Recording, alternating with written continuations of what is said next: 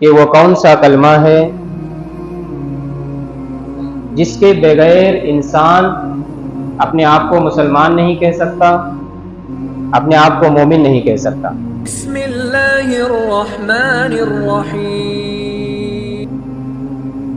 وہ کلمہ ہے کلمہ طیبہ، جس کو اللہ تبارک و تعالیٰ نے بھی قرآن مجید کے اندر کلمہ طیبہ کہا ہے، عمدہ کلمہ کہا ہے، وہ ہے لا الہ الا اللہ۔ بڑے افسوس کی بات ہے کہ ہم سب مسلمان ہونے کے باوجود، مومن ہونے کے باوجود، اس کلمہ کو جو اہمیت دینی چاہیے تھی، اس کلمہ کا جو تقاضا تھا، ان تمام چیزوں سے ہم دور ہیں، واقف نہیں ہیں۔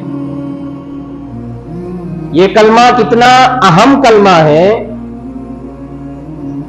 یہ کلمہ کتنی فضیلت والا کلمہ ہے۔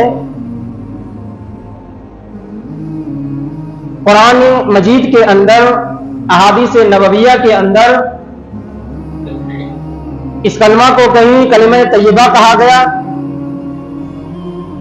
کہیں اس کلمہ کو تمام رسولوں کی دعوت کا خلاصہ اور ایسنس قرار دیا گیا، کہیں اس کلمہ کو العروۃ الوثقی یعنی مضبوط کڑا اور پائیدار پختہ سہارا کہا گیا، کہیں کہا گیا کہ یہ کلمہ ایک بندہ اور اللہ کے درمیان کسی بھی چیز کو حائل ہونے نہیں دیتا، اپنے بندے اور اللہ کے درمیان کسی پردے کو آنے نہیں دیتا۔ کہیں کہا گیا کہ یہ کلمہ ہر پریشانی، ہر مصیبت، ہر قسم کے مشکلات سے نجات دینے والا یہ کلمہ ہے۔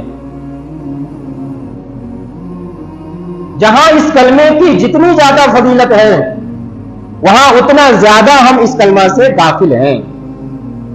اس کلمہ کے معنی اور مفہوم کو حقیقی طور پر ابھی تک ہم لوگ نہیں سمجھ پائے۔ اگر سمجھ جاتے تو ہمارا اخلاق ہی کچھ الگ ہوتا، ہمارے سماج کا روپ ریکھا ہی کچھ الگ ہوتا۔ آئیے ذرا دیکھتے ہیں کہ یہ کلمہ کتنا عمدہ ہے، کتنی فضیلت والا ہے، کتنا اہم کلمہ ہے۔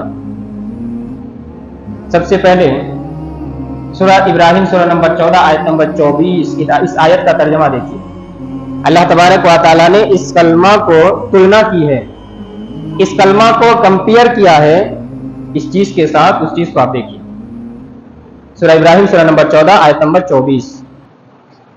الم تر کیف ضرب اللہ مثلا کلمۃ طیبہ کشجرۃ طیبہ اصلها ثابت وفرعها فی السماء۔